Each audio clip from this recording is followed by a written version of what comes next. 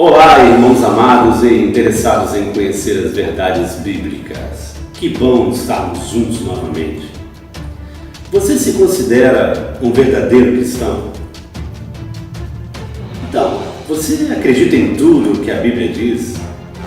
Você crê na ressurreição dos mortos e na vida eterna? Crê que Jesus morreu para pagar por todos os seus pecados? Você tem certeza da vida eterna? Afinal, não há condenação para os que estão em Cristo? Existe alguma dessas coisas nas quais você não acredita? Hoje nós iremos ver que nem sempre um religioso acredita em tudo aquilo que a fé dele professa. No capítulo 3 de Atos dos Apóstolos, Pedro e João curaram um coxo de nascença, o que conferiu a eles autoridades para falar de Jesus à multidão que estava no templo em Jerusalém.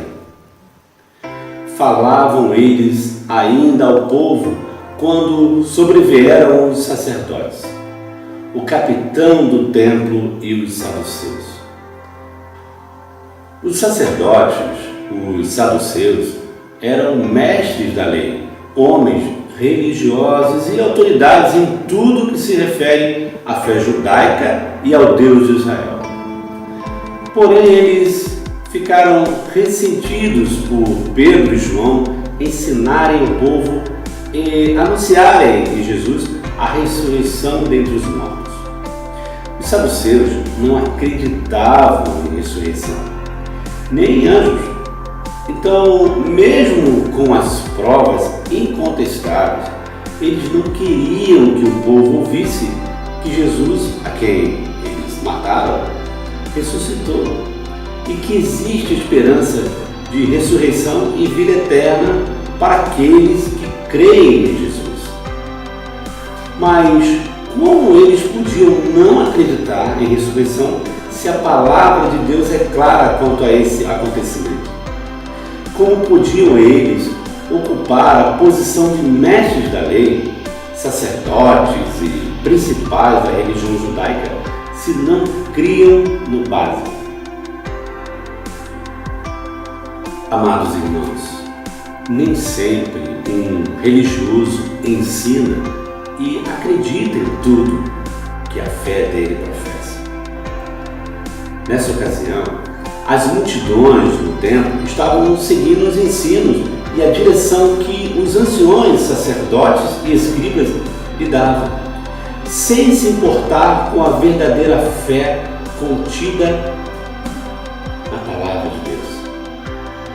Graças a Deus, muitos dos que ouviram a palavra por intermédio de Pedro e João aceitaram, subindo assim o número de homens a quase 5.000. Se você também é um desses, creia em Cristo Jesus, rejeite o ensino dos religiosos e aceite a fé a quem vem por meio de Jesus Cristo. Que Deus lhe abençoe.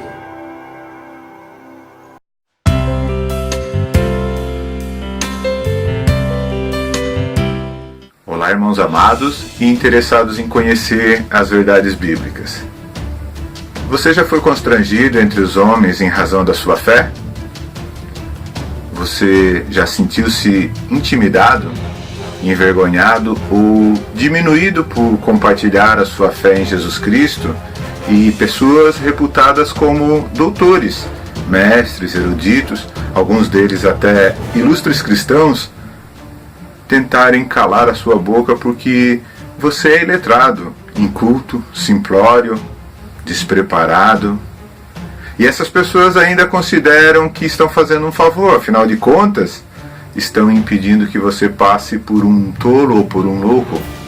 A palavra de Deus nos diz que as autoridades de Israel, os anciãos, os escribas, o sumo sacerdote Anás, Caifás, João, Alexandre e todos os que eram da linhagem do sumo sacerdote, chamando Pedro e João, lhes ordenaram que absolutamente não falassem e nem ensinassem em nome de Jesus. Olha que loucura, eles pensavam. Jesus ressuscitou? Daqui a pouco o povo vai estar acreditando em ressurreição, em vida eterna, em vida após a morte, em viver na presença de Deus. E eles ainda diziam para Pedro e para João: vocês são iletrados, incultos, não passem essa vergonha, não sejam tolos. Mas Pedro e João responderam: nós não podemos deixar de falar das coisas que vimos e ouvimos.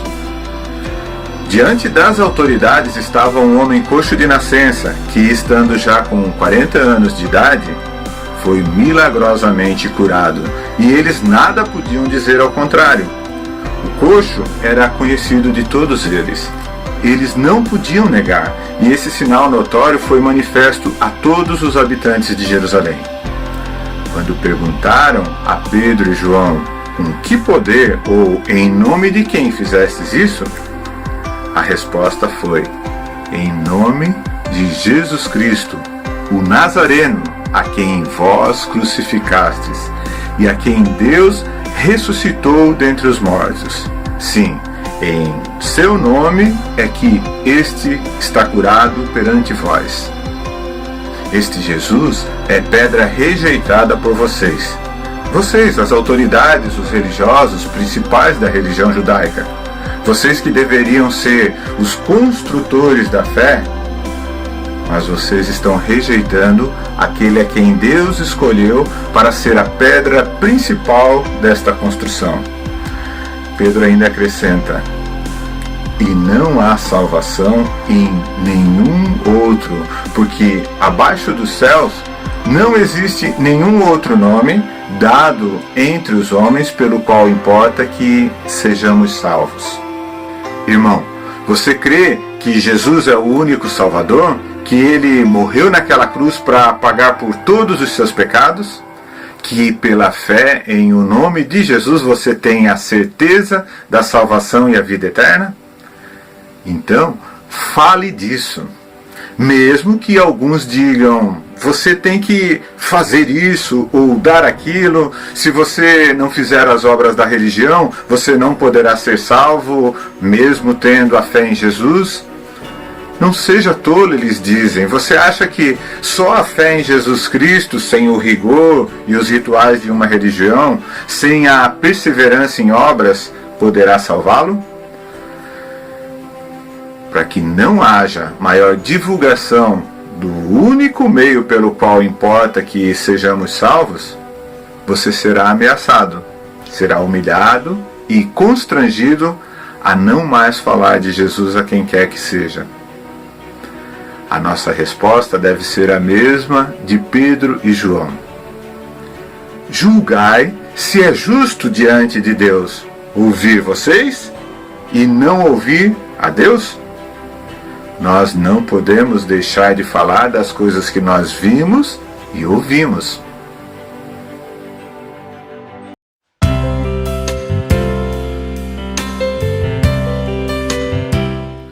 Olá, irmãos amados e interessados em conhecer as verdades bíblicas. Estamos em Atos capítulo 4, onde o número dos que creram no testemunho dos apóstolos já é chamado de multidão. Essa multidão ainda aguardava a esperança de que o reino prometido a Israel se concretizasse naqueles dias? A palavra nos ensina que Pedro e João, depois de soltos, procuraram os irmãos e lhes contaram quantas coisas lhes haviam dito os principais sacerdotes e os anciãos. Eles relataram aos irmãos como os principais sacerdotes os ameaçaram, para não mais falarem no nome de Jesus a quem quer que seja.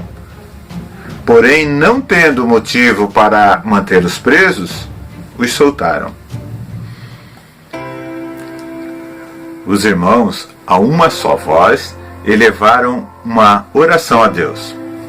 Não para que Deus os livrasse das ameaças das autoridades, mas para que com intrepidez, bravura e coragem vinda da parte de Deus, eles pudessem anunciar a palavra, enquanto Deus, por meio de curas, sinais e prodígios, semelhantes àquele que foi feito por Pedro e João curando o coxo de nascença, Deus confirmasse autoridade vinda de Jesus às palavras por eles ditas.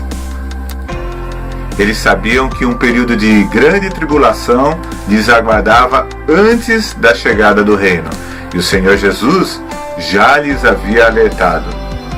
E eles citam em sua oração as palavras de Davi no Salmo de número 2. Esse salmo diz: por que se enfurecem os gentios e os povos imaginam coisas vãs? Os reis da terra se levantam e os príncipes conspiram contra o Senhor e contra o seu ungido. Dando seguimento à leitura do Salmo, veremos a afirmação de que, a seu tempo, Deus derramará a sua ira, constituirá o seu rei no Monte Sião e lhe dará as nações por herança, e ele as regerá com vara de ferro. No entendimento daqueles irmãos, a união entre Herodes, rei de Israel, e Pôncio Pilatos, governador romano, assim como a união de gentios e gentes de Israel que se levantaram contra Jesus e agora estavam se levantando contra aqueles que pregavam em nome de Jesus, era o cumprimento das profecias e propósitos predeterminados por Deus a respeito dos últimos dias. Para ter mais detalhes a respeito dessa crença de estar vivendo os últimos dias, os dias da grande tribulação que antecede o reino, nós convidamos você a ver o nosso estudo de número 9, que tem como título Pentecostes é manifestação da chegada dos últimos dias? Esses irmãos estavam convictos disso. Por essa razão, eles estavam vendendo tudo o que tinham e vivendo em comunidade. Por isso o Senhor Jesus os ensinou a orar: venha a nós o vosso reino. E é por essa razão que eles lembraram aqui de que o Senhor Jesus lhes disse: sereis odiados de todas as nações por causa do meu nome. E Deus fez tremer o lugar aonde eles estavam reunidos, aprovando assim a oração deles e confirmando que suas expectativas estavam corretas. Todos ficaram cheios do Espírito Santo e com intrepidez anunciavam a palavra de Deus. Uma pergunta para o próximo estudo. Pedro e João, quando eles saíram da prisão, eles foram ao encontro dos irmãos em algum lugar.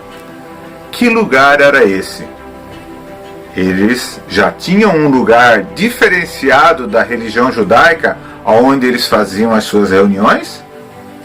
Eles já não mais perseveravam no templo judaico? Eles já podiam ser chamados de cristãos e não mais de judeus? Que lugar é esse aonde estavam reunidos que tremeu? No próximo estudo falaremos sobre: já podemos chamar de igreja cristã a multidão dos que creram aqui em Atos 4?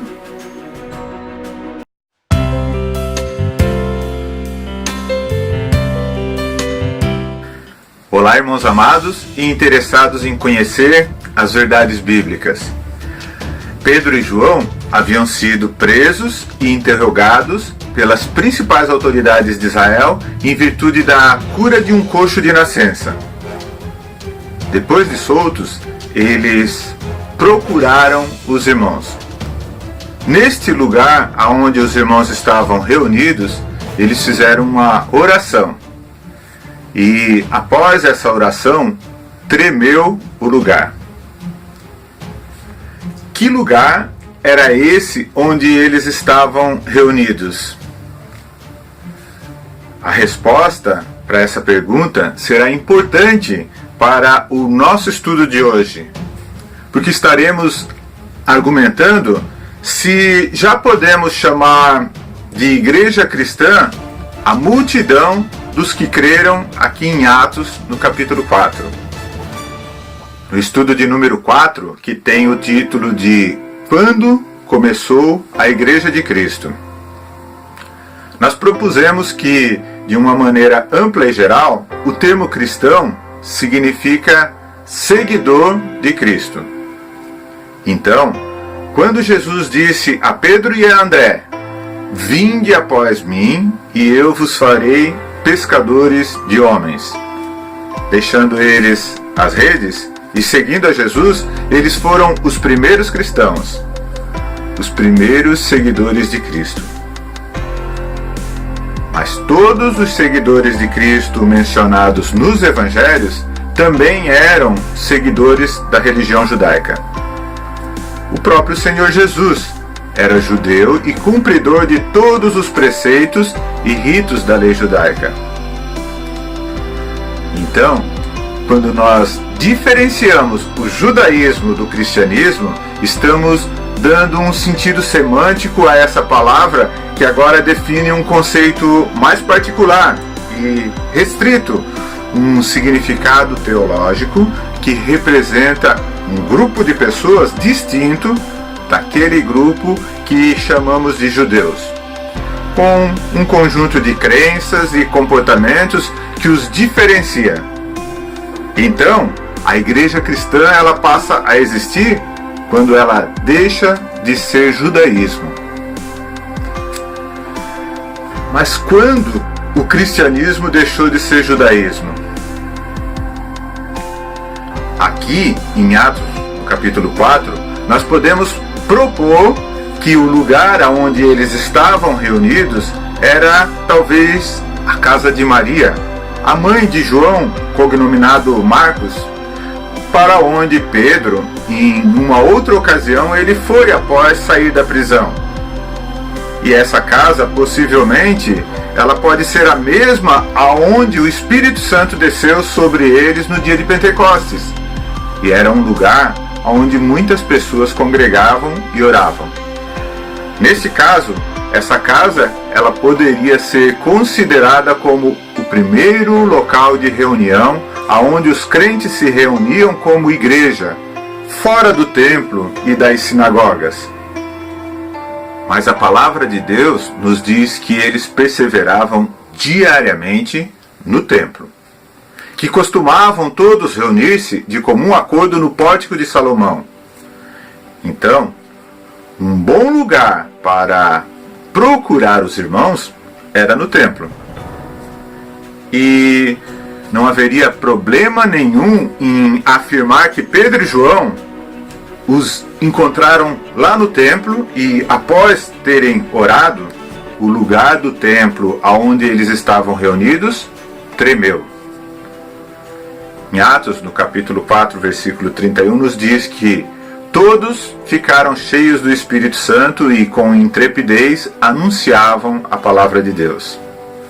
Eles pediram em oração coragem e ousadia para anunciar a palavra de Deus, e Deus lhes concedeu isso imediatamente. Logo em seguida, em Atos, no capítulo 4, versículo 32, eles serão então chamados de multidão. E uma multidão não cabe em uma casa. Em Atos, já no capítulo 10, vemos que Pedro ainda mantinha-se fiel aos mandamentos da lei quanto à comida que eram consideradas comum ou imundas. E a visão que ele teve naquela ocasião foi para lhe ensinar que ele não deveria tratar as pessoas de outros povos, os gentios, como comum ou imundos. Ele deveria sair dos judeus e anunciar também o evangelho aos gentios, sem impor-lhes a prática dos judeus. Então, nós podemos concluir que aqui em Atos, no capítulo 4, eles ainda eram judeus. Eles não eram cristãos no sentido efetivo que esse termo representa na teologia para nós hoje, na crença que nós cristãos hoje temos. Eles ainda achavam que a circuncisão era necessária para ser salvo. Eles criam que só perseverando em fazer as obras e praticar os ritos que a lei determinava é que eles poderiam entrar no reino de Deus.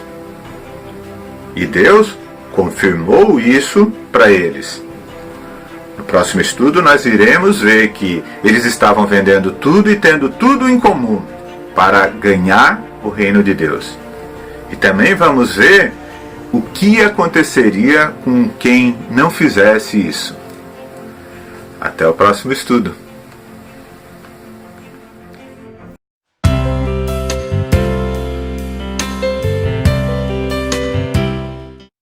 Olá, irmãos amados e interessados em conhecer as verdades bíblicas.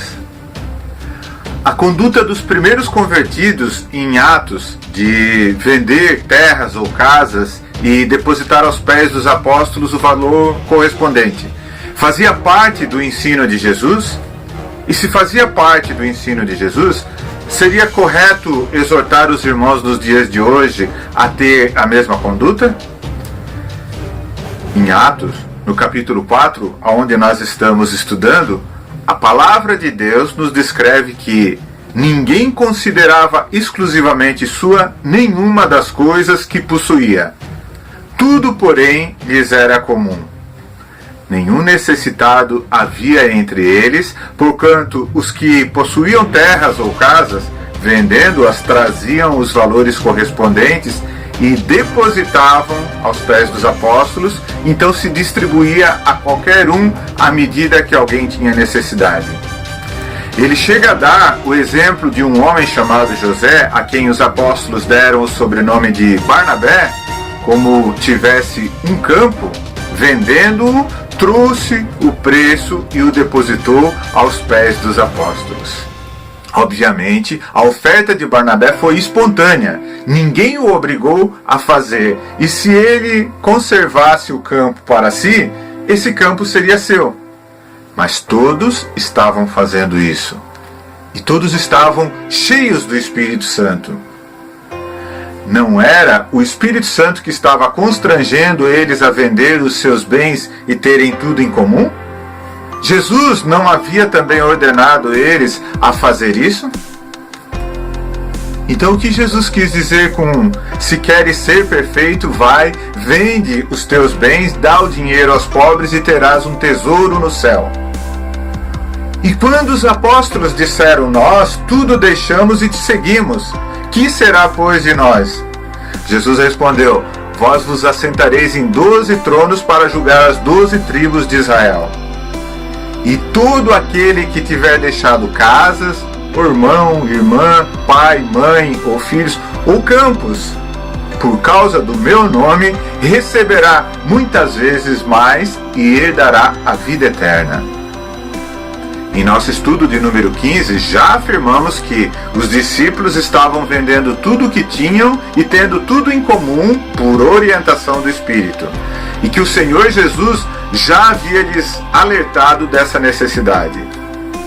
No estudo de hoje, nós pretendemos mostrar por que isso era uma ordenança para eles que aguardavam a vinda do reino naqueles dias e por que essa não é uma ordenança do Senhor para nós nos dias de hoje. O Senhor Jesus lhes ensinou a desapegar-se totalmente das coisas desse mundo. Não acumuleis para vós outros tesouros sobre a terra. Não andeis ansiosos pela vossa vida, quanto ao que haveis de comer ou beber, nem pelo vosso corpo, quanto ao que haveis de vestir. Buscai primeiro o reino de Deus e a sua justiça. Vendei os vossos bens e ajudai os que não têm recursos. Fazei para vós outros bolsos que não se gastem com o passar do tempo. Tesouro acumulado nos céus que jamais se acaba. Não possuais ouro, nem prata, nem cobre em vossos cintos, nem alforjes. Emprestais sem esperar nenhuma paga. Dá a quem te pede e não voltes as costas ao que deseja que lhe emprestes. Jesus disse: segue-me, deixe os mortos sepultar os seus próprios mortos. Vai e prega o reino de Deus. E ao que diz: deixa-me primeiro despedir-me dos de casa, Jesus lhe disse: ninguém que, tendo posto a mão no arado, olha para trás, é apto para o reino de Deus. E por que lhes foi ensinado isso? O Senhor Jesus lhes ensinou que, antes da sua vinda para estabelecer o reino, eles passariam por um período de grande tribulação. Os 7 anos de grande tribulação do qual falou o profeta Daniel. Tribulação como nunca houve desde o princípio do mundo e nem haverá jamais. E a ordem é: quando vides o abominável da desolação, fujam. Ninguém volte atrás para buscar a sua capa. Ninguém volte para casa para tirar de lá coisa alguma. Quem tiver bens, deixe-os. E é por isso que, para estarem aptos para o reino de Deus, eles precisavam estar desapegados das coisas materiais. Jesus os instruiu a não ficarem sobrecarregados com preocupações deste mundo, para que aquele dia não os pegue repentinamente como um laço.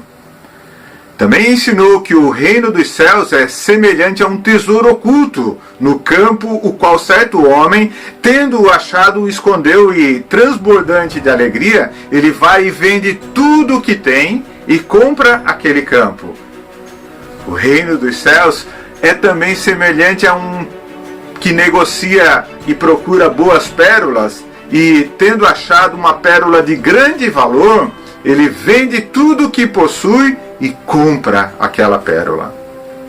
Esses homens e mulheres, aqui de Atos, no capítulo 4, eles acharam esse grande tesouro, eles acharam essa pérola, o reino de Deus que estava por ser estabelecido em breve.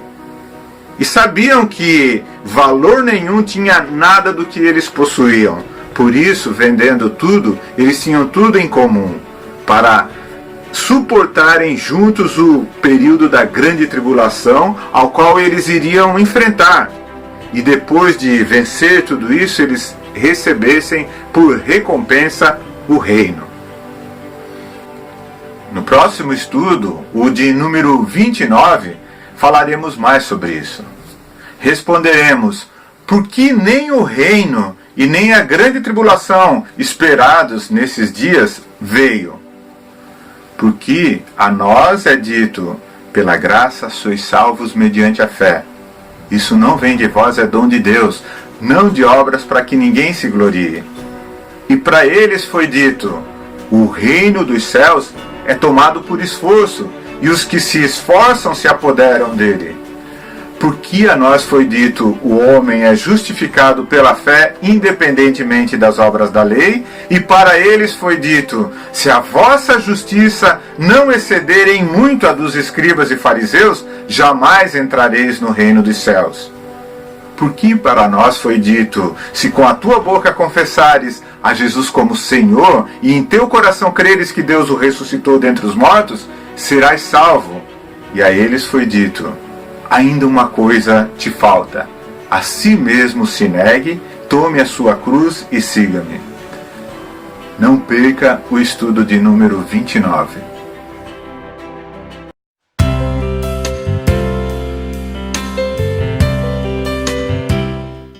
Olá, irmãos amados e interessados em conhecer as verdades bíblicas. Porque nem o reino e nem a grande tribulação que os primeiros cristãos esperavam aconteceu nos dias de Atos.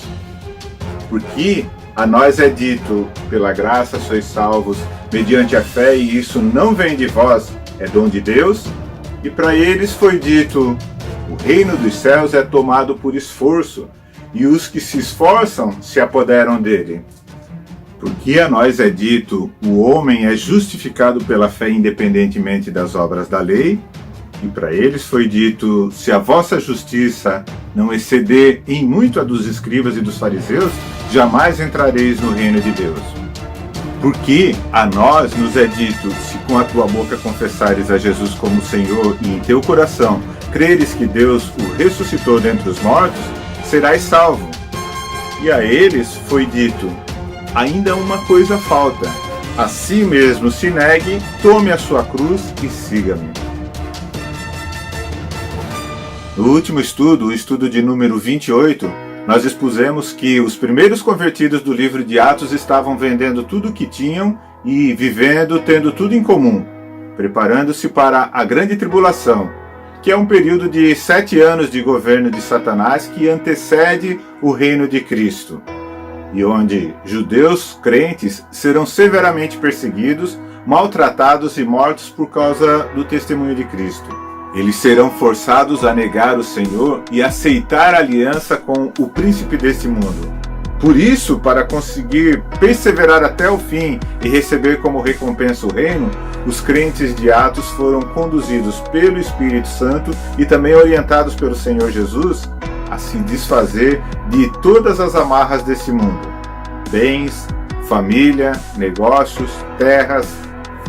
E, vivendo em comunidade, estavam se fortalecendo para a tenebrosa perseguição que viria. Mas a condição primária para que as coisas acontecessem dessa forma era que a nação de Israel se convertesse como povo de Deus. Não está profetizado um retorno em massa dos judeus à terra de Israel? Não está escrito que eles reconheceriam Jesus como o Messias? Sim, Israel seria regenerada, restaurada e reagrupada. E Pedro, com todos os irmãos, estavam convictos de que isso aconteceria naqueles dias, porque Jesus lhes disse isso: toma a sua cruz e siga-me. O reino dos céus é tomado por esforço. Aquele que perseverar até o fim será salvo. Então, o que Paulo quis dizer com pela graça sois salvos? O homem é justificado pela fé. Crê no Senhor Jesus. É simples. Os dois não estão falando da mesma coisa. O Senhor Jesus, quando estava aqui na terra, falou do reino que estava próximo e qualquer que não produzir obras dignas não verá o reino.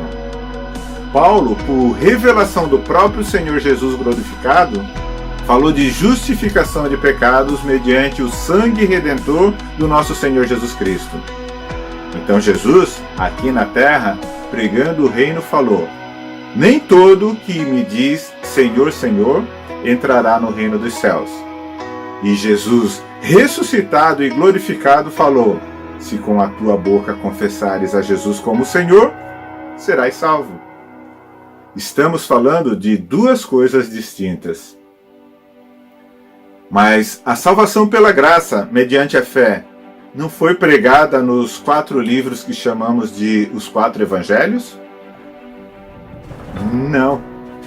Tirando alguns poucos momentos em que o Senhor Jesus revelou que o reino de Deus vos será tirado, toda a narrativa dos evangelhos ela avança para o estabelecimento do reino naqueles dias. E isso é tão forte na doutrina de Jesus que, mesmo que em alguns momentos o Senhor tenha falado claramente sobre a sua morte e as razões da sua entrega na cruz, nem os discípulos e nem nenhum dos poderosos deste século conheceu, porque se tivessem conhecido, jamais teriam crucificado o Senhor da Glória.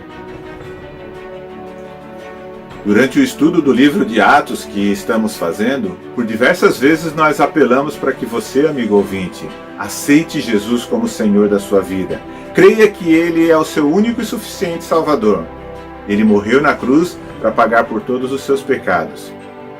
Mas todas as vezes que fizemos esse apelo, nós recorremos às cartas dos apóstolos, porque até o presente momento, onde estamos estudando no livro de Atos, essa revelação ainda é um mistério. Ainda está oculto em Deus, e ainda prevalece a ocasião em que o reino pode ser obtido por esforço, por mérito e por perseverança.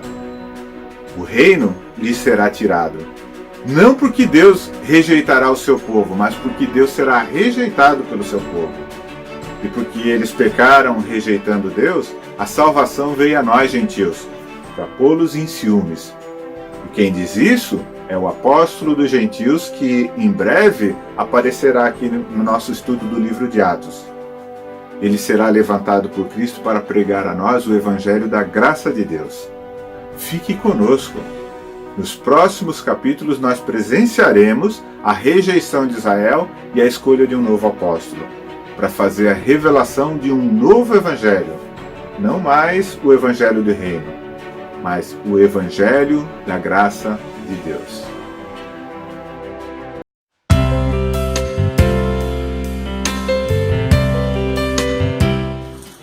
Olá, irmãos amados e interessados em conhecer as verdades bíblicas. Terminamos o capítulo 4 do livro de Atos e hoje é dia de revisão. No estudo de número 24, nós vimos que Pedro e João foram presos por anunciarem em Jesus a ressurreição dentre os mortos. Vimos que nem sempre os religiosos eles acreditam nas próprias doutrinas da sua religião, pois aqueles que prenderam os apóstolos eram o sumo sacerdote, os anciãos, escribas e autoridades da religião judaica. E eles estavam ressentidos por se ensinar ressurreição dentre os mortos. No estudo de número 25, nós vimos que, assim como aconteceu com Pedro e João, também nos dias de hoje são os religiosos, os doutores e mestres, que querem calar a simplicidade do Evangelho. Existem sim diversos assuntos bíblicos de difícil compreensão, e que é impossível declarar com convicção como certos. Porém, são temas de pouca ou quase nenhuma relevância. Mas Jesus morreu naquela cruz para pagar por todos os nossos pecados e ressuscitou para ser Senhor de nossas vidas. E pela fé no sangue de Jesus Cristo como o único meio de justificação é que nós somos salvos. Por isso nós exortamos: faça essa declaração de fé. Creia no Senhor Jesus Cristo como seu único e suficiente Salvador. E desfrute desde já, pela fé, a segurança da vida eterna. Muitos dirão: tolo, você acha que a salvação é fácil assim? Você acha que Jesus irá lhe salvar apenas pela fé nele, sem os ritos e a perseverança de uma religião? Pare de falar dessa salvação fácil, eles dirão. A nossa resposta é a mesma que Pedro e João deram aos religiosos daquela época. Nós não podemos deixar de falar das coisas que nós vimos e ouvimos.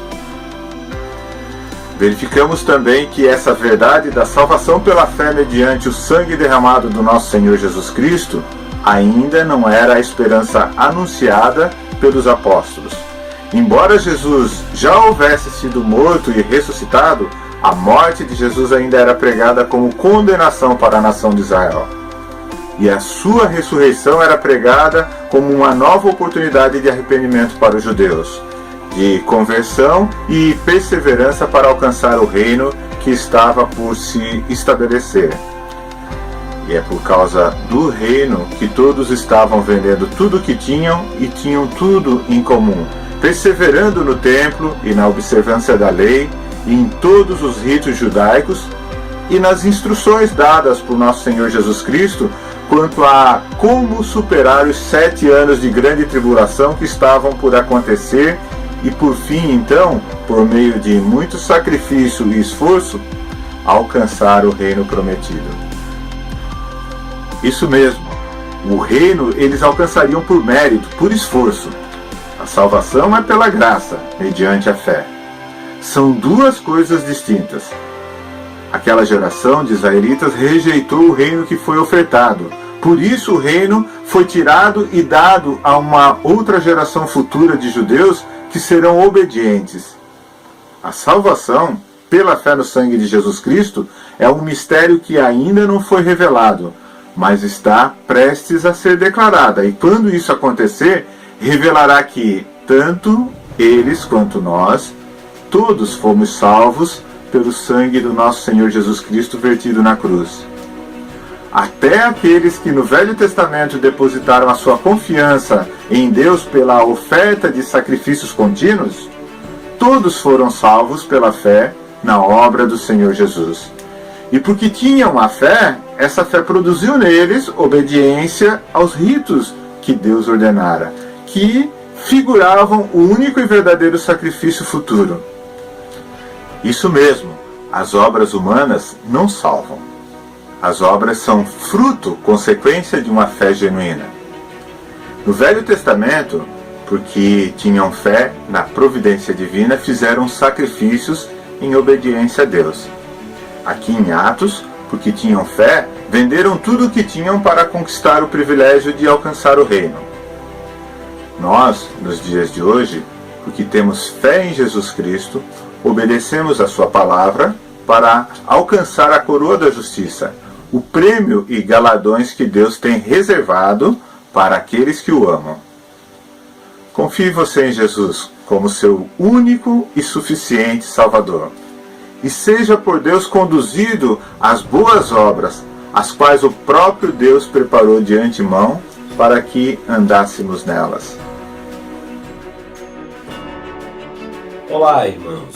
Eu gostaria de convidar você a curtir a nossa página e acionar o sininho de notificação. Desta forma você será avisado sempre que um novo vídeo for publicado. E também gostaria de convidar você a participar da nossa lista de transmissão pelo WhatsApp. É só mandar uma mensagem para o nosso número, dizendo: quero fazer parte da lista de transmissão. Assim você receberá diariamente vídeo e notícias do Ministério Graça no Brasil. E será convidado a nos ajudar com ideias para os próximos vídeos. Até o próximo estudo.